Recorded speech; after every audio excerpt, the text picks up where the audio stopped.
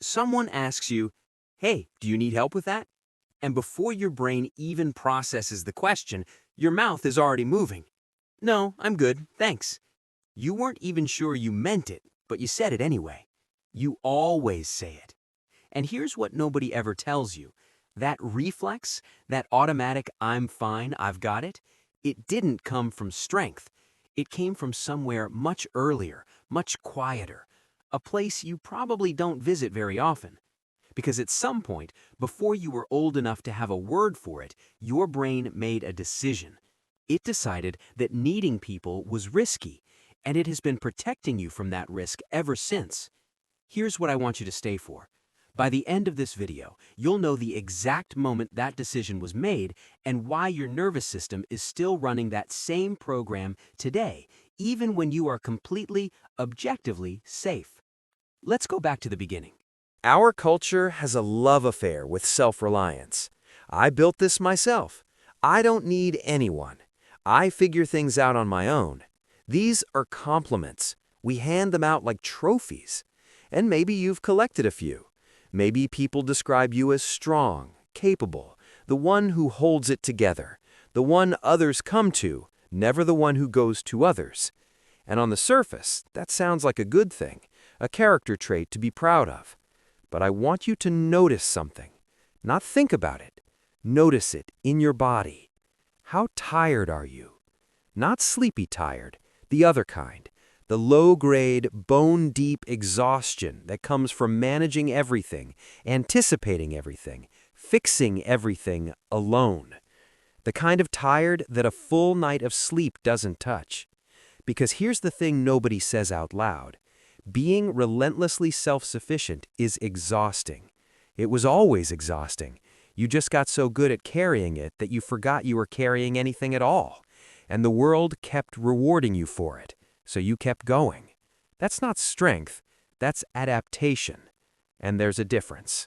I want to introduce you to a concept that doesn't get nearly enough attention. It's called childhood emotional neglect. And before you click away thinking, "That's not me, my childhood was fine," stay with me for 30 seconds. Because CEN is not what most people picture when they hear the word neglect. It's not dramatic. There are no obvious villains. It's the absence of something, not the presence of something bad, the absence of something necessary. It's the parent who was physically there, but emotionally somewhere else. The household where everyone was fed and clothed and fine, but feelings were never really talked about. Where you learned, quietly, through repetition, that your emotional needs were either too much or not important enough to bring up. Nobody hurt you. They just weren't quite there. And you, being a small, brilliant, adaptive human, drew the only logical conclusion available to you at the time. My needs make people uncomfortable, so I'll stop having needs. That wasn't weakness. That was survival logic, flawless in context. The problem is, context changes, but the logic doesn't update itself automatically. Here's where it gets important. I mean that. Slow down for this part. When a child repeatedly experiences that reaching out doesn't lead to comfort, that asking doesn't lead to receiving, the brain doesn't file that under disappointing experience. It files it under threat. Psychologist John Bowlby spent decades mapping what happens when a child's attachment system is consistently unmet. What he found wasn't just emotional, it was neurological. The brain physically rewires. Asking for help becomes associated with vulnerability. Vulnerability becomes associated with rejection. Rejection, in the nervous system of a child who depends on adults to survive, registers the same as danger. So the brain builds a bypass. Skip the asking. Do it yourself. Stay safe. And the more that bypass gets used, the stronger the pathway becomes, until one day it stops feeling like a choice. It just feels like who you are. I'm just an independent person. But you weren't born that way. You were trained that way by circumstances that gave you no other option. So let's be clear about something. Your brain didn't malfunction. It didn't fail you. It didn't create a disorder. It didn't make you broken or damaged or any of the other words you might have quietly applied to yourself over the years. It adapted.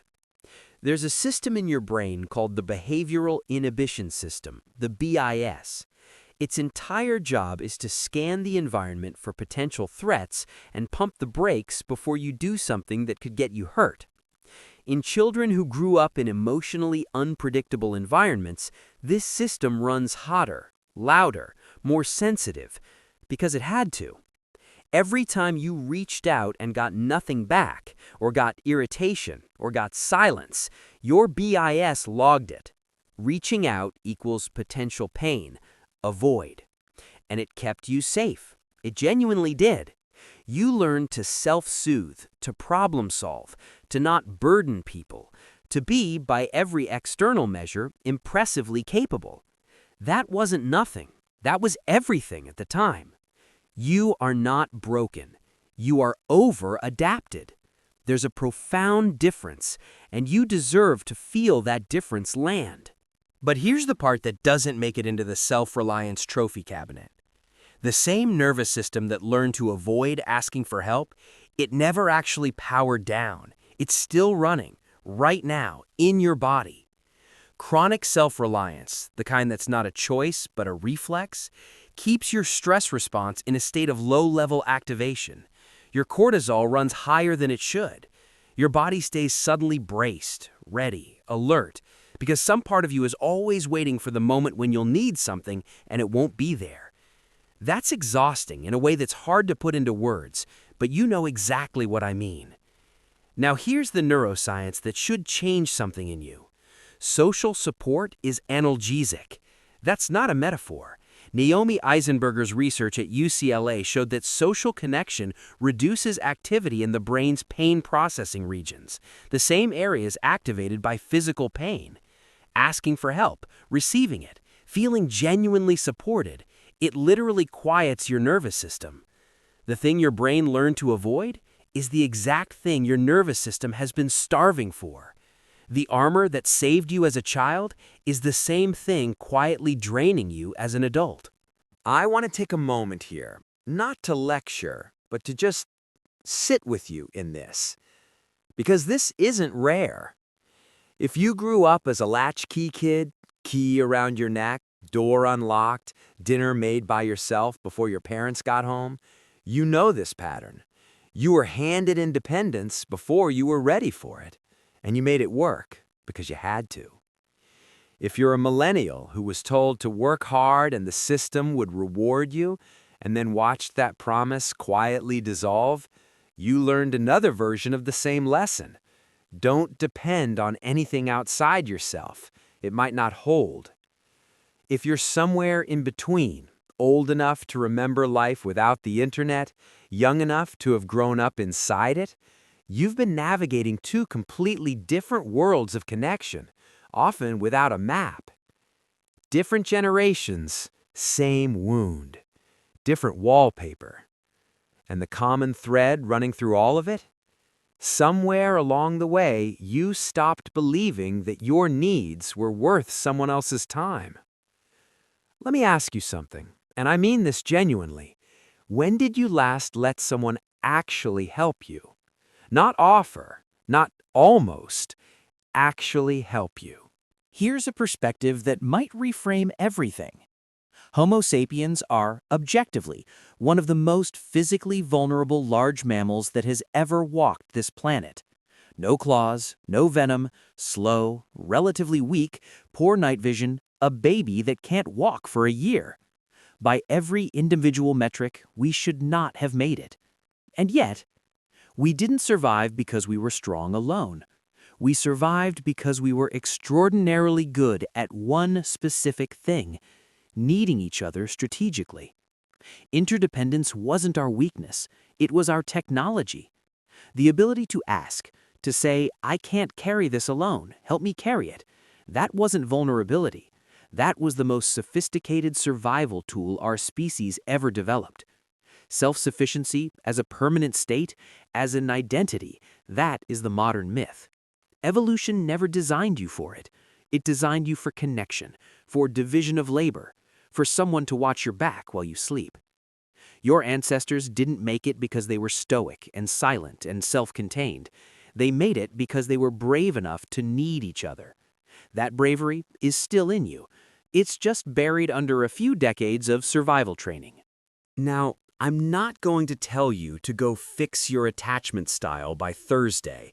That's not how brains work, and you know it. But here's what neuroscience does tell us about change. Neural pathways rewire through safe repetition, not grand gestures, not one big breakthrough conversation.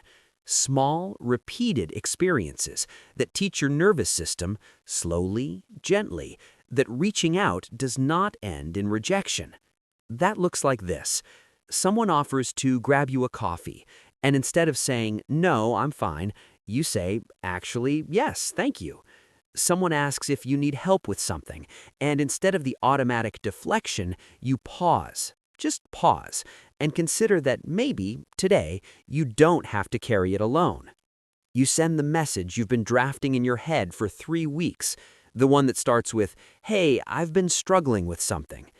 These aren't small things. They feel enormous because to your nervous system, they are. You're not just asking for coffee, you're teaching your brain a new truth. It's safe here. People can hold some of this. I don't have to do it all alone. Every time that goes okay, and it will go okay, the pathway gets a little softer, a little easier to walk. Remember what I said at the beginning? That moment when someone asked if you needed anything and you said, "No, I'm fine," before you'd even thought about it? Now you know what that was. That was a child, the one you used to be, still standing at a door that nobody opened, still deciding in a split second that it wasn't worth knocking, still protecting you from a danger that hasn't existed for a long time. That child was smart, resourceful, remarkable, honestly. But that child was working with information that's out of date. You are not in that house anymore. You are not that age anymore. And the people around you, the right ones, the ones worth letting in, they are not those people. You're safe now. It's okay to let someone in. If something in this video reached a part of you that you've never quite had words for before, I want you to know that was the whole point. You don't need to have it all figured out. You don't need to fix anything today. But if you know someone who carries everything alone, who never asks, never admits they're struggling, who always says, "I'm fine," share this with them. Sometimes that's the first small act of letting someone in. And if you want to keep going deeper, subscribe. We don't do noise here. We don't do quick fixes. We do the real stuff, the kind that actually changes how you see yourself. I'll see you in the next one.